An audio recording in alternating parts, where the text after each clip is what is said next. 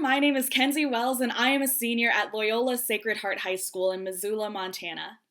My high school career has been filled with various opportunities for both service and leadership, and I'd love to be able to share some of those with you. One of the highest points of my high school career is the fact that I have over 120 hours of community service. On my mother's side of the family, I have very lengthy ties to the Philippines, so in regards to that, I decided to base my senior project around that. For my senior project, I'm creating care packages of clothes and toys and will be sending them overseas to underprivileged kids in both Manila and Pasig City in the Philippines. My grandmother used to be the one in charge of doing this, however, as of late, she has fallen with many medical bills and is unable to provide for these children anymore. So I decided to step in and create these care packages so these underprivileged children could potentially have a new toy or some new clothes for Christmas. In addition to my senior project, I've also been highly involved in Loyola Sacred Heart's annual food drive. Over the 3 year period of my junior, sophomore, and freshman years, I've collected more than 500 pounds of food for the food drive, which thus far has helped bring in the total of over 20,000 pounds for the past 3 years. And hopefully, we continue that tradition in my senior year. In addition to community service, I was also elected to be a Girls State delegate for the summer between my junior and senior year.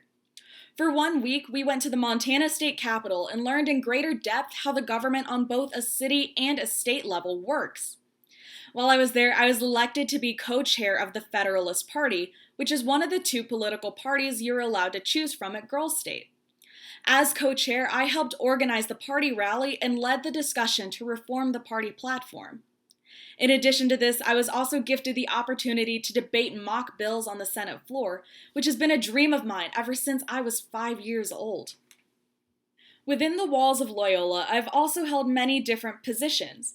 Currently, I am the senior class secretary, which means I am in charge of organizing homecoming decorations, the homecoming pep rally, and I've been working to try and create a network to keep my class connected for future reunions and to make sure we don't just lose touch with one another following graduation.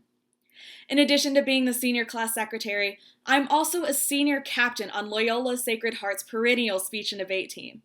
The speech and debate team has crafted a legacy of excellence, and it needs younger and new members to try and keep that legacy going. And as a senior captain, I am attempting to help coach and encourage these new members to keep the streak alive of 33 years. In addition to being both of these things, I am also the alto section leader for our choir. The alto section is one that doesn't get as much glamour as the sopranos do. However, it is a position that is needed, and as the leader, I try and encourage the people around me to sing louder and embrace their position as an alto. Also, I am currently a National Honor Society member, and I am in charge of helping organize events and fundraisers. Academics are one of the cornerstones that we build our school upon, and I have quite an academic record. At Loyola, honor roll is done by a quarterly basis, and over the 3 years that I have accumulated so far, I have had 3 principal's honor roll mentions, which means my GPA was above a 95% on a 100-point scale, and I have had 9 high honor rolls, which means that my GPA was between a 92.0 and a 94.9. Currently, my unweighted GPA sits at a 3.94, and my weighted GPA sits at a 4.15. Over the course of my high school career, I have garnered many awards and different achievements.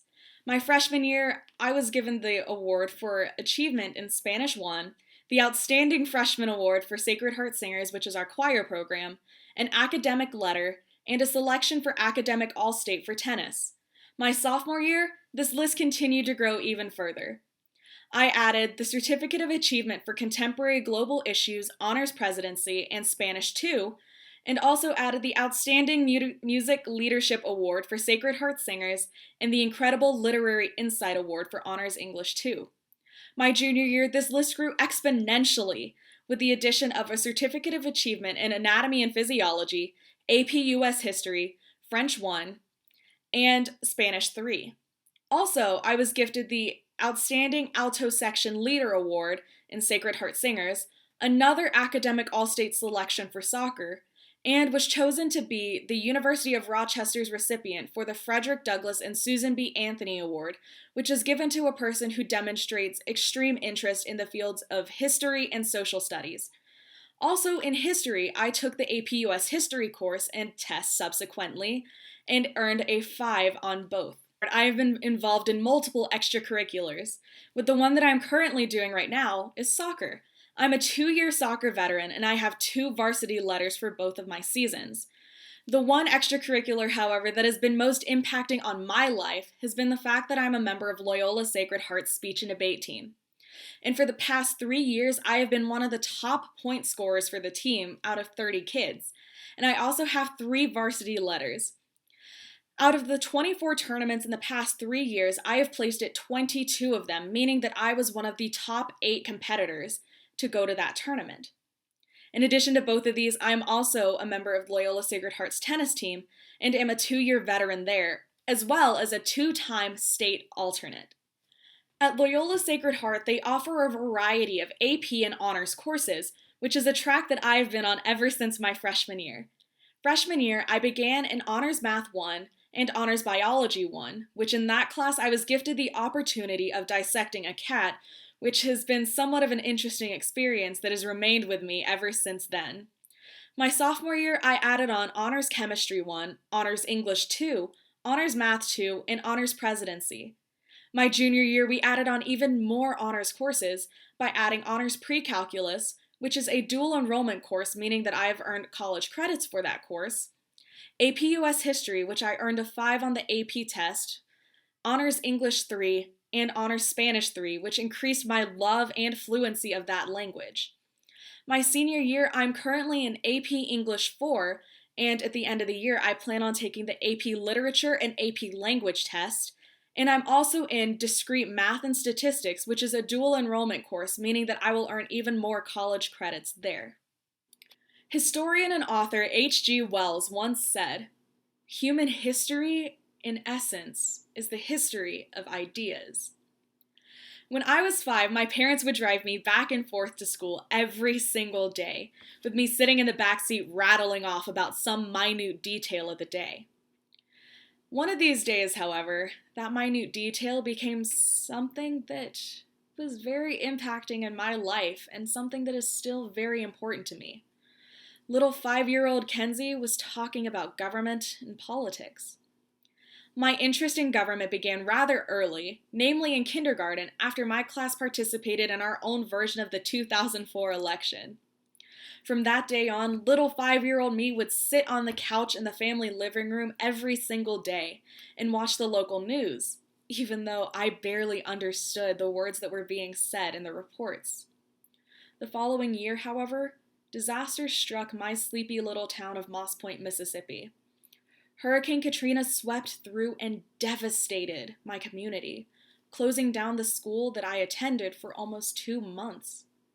During this down period, I took it upon myself to continue my education, and I began reading history books to try and learn about the different eras of history that had interested me so much. The first book I remember reading was I Came Back from Bataan by James Donovan Goche, a man who was forced to march along in the Bataan Death March and live to recount the horrors he experienced. I remember the feeling of despair and pain reading this book, but I was also intrigued and allured by the history that it presented. As time went on, my reading list accumulated more and more history reads, such as The Aquariums of Pyongyang, a memoir by a North Korean family, The Jungle by Upton Sinclair, The Feminine Mystique by Betty Friedan, and many more. When I moved across the country to Missoula, Montana, my love for history and government would converge on each other in high school because of my AP US history teacher and my involvement in Loyola Sacred Heart's speech and debate program. The event that I compete in Loyola's speech and debate program is extemporaneous speaking, which combines the facets of history, politics, government workings, and current issues all into one, which has increased my love for all of those facets exponentially. My AP US history teacher has combined politics, history, and government in such a way that made them appealing and nurtured my already large love for all of them. History and government are two facets that all Americans should have exposure to and should learn. Without my love of history and government, I wouldn't be the individual who I am today. And it is with that I say thank you for taking the time to consider my application, and thank you for listening.